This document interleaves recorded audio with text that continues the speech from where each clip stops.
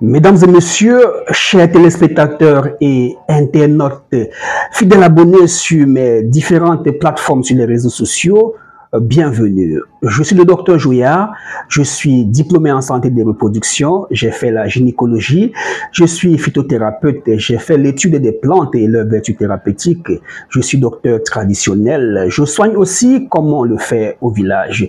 Vous êtes à la bonne adresse pour me poser vos problèmes de procréation. Alors, aujourd'hui, parlant procréation, nous revenons sur la stérilité chez l'homme. La stérilité, mais un aspect particulier, la stérilité secondaire. La stérilité secondaire, qu'est-ce que c'est? Dans un instant, je vous reviens. Installez-vous confortablement.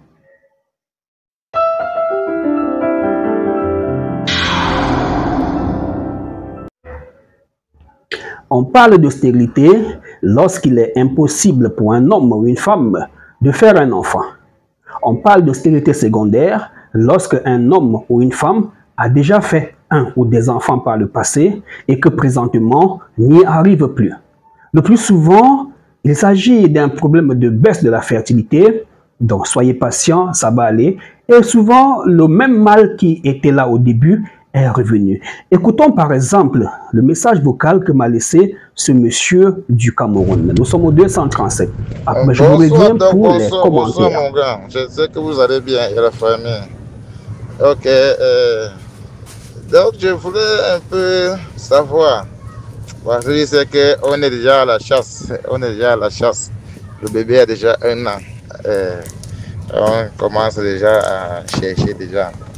Et là, je ne sais pas si je peux encore passer, je peux vous rencontrer pour que soit vous me donnez encore les produits ou bien il va falloir que je fasse d'abord le spermogramme pour que vous puissiez voir le résultat avant de voir ce qu'il y a à me donner ou pas. On a essayé, ça fait 2 mois qu'on a essayé, on essaye de chercher, bon, ça ne vient pas encore là.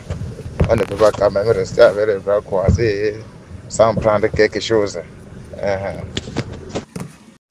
Alors, pour la petite histoire, ce monsieur, c'était lui le problème et non sa femme. Il était azospermie, zéro spermatozoïde. Il est venu me voir après avoir regardé ses examens. J'ai compris d'où venait le problème. Il avait une atrophie testiculaire due à une hyperprolactinémie. La prolactine, pour le rappeler, c'est l'hormone qui fait couler le maternel. C'est une hormone féminine. Alors, chez lui, la prolactine était montée et ça a provoqué un rétrécissement des testicules. Retenez que les testicules, c'est l'équivalent des ovaires. La femme a des ovaires avec des follicules, des ovules. L'homme a des testicules qui produisent des spermatozoïdes. Alors, les testicules étaient devenus petits. Ils ne produisaient plus de spermatozoïdes. Donc, arrêt de la spermatogénèse. Grâce au traitement pour les problèmes testiculaires et grâce au spermatocuvamitra et au testophore, j'ai réussi à remonter la pente. Alors, il a enceinté sa femme. Oui, vous avez bien écouté, il a enceinté sa femme.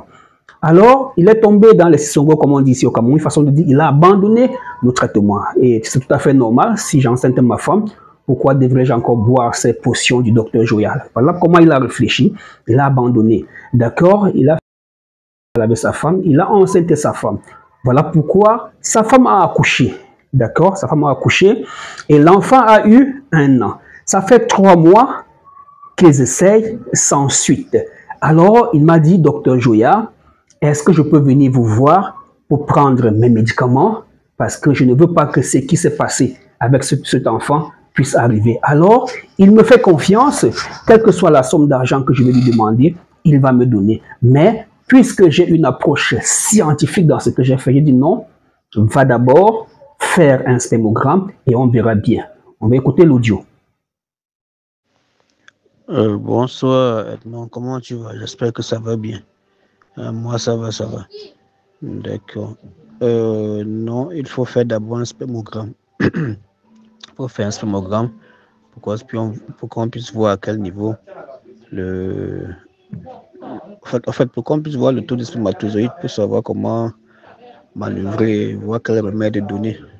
Donc, il faut faire un spermogramme. Ok, merci. Ok, d'accord, docteur. Merci. D'accord, d'accord, doc.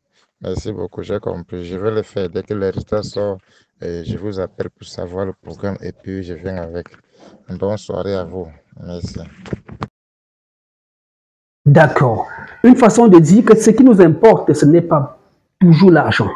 D'accord? On essaie de comprendre ce qui s'est passé. Donc, lorsqu'il va revenir avec son spermogramme, vous allez voir, j'ai constaté qu'il avait une asténosospermie. D'accord? Voilà, à ce moment, il doit recommencer encore le traitement comme s'il n'avait jamais pris de traitement. Et heureusement, parce que la première fois, ça a marché pour lui, il ne va pas hésiter à prendre une seconde fois. Alors, le message, c'est quoi, messieurs et dames? C'est que la fertilité n'est pas un acquis définitif. Ce n'est pas parce que j'ai fait des enfants que je vais faire les enfants jusqu'à la fin de ma vie, que je sois un homme ou une femme. Non, après un accouchement, madame, vous pouvez désormais avoir des problèmes de procréation. Alors, une vidéo comme ça ne suffirait pas pour que je puisse vous expliquer tout ce qui se passe.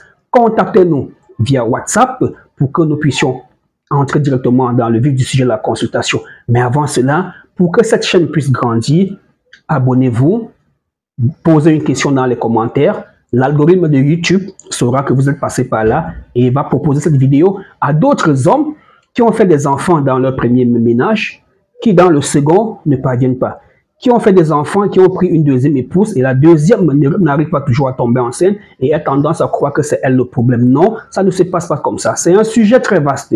Alors, mesdames et messieurs, merci de nous faire confiance et à bientôt.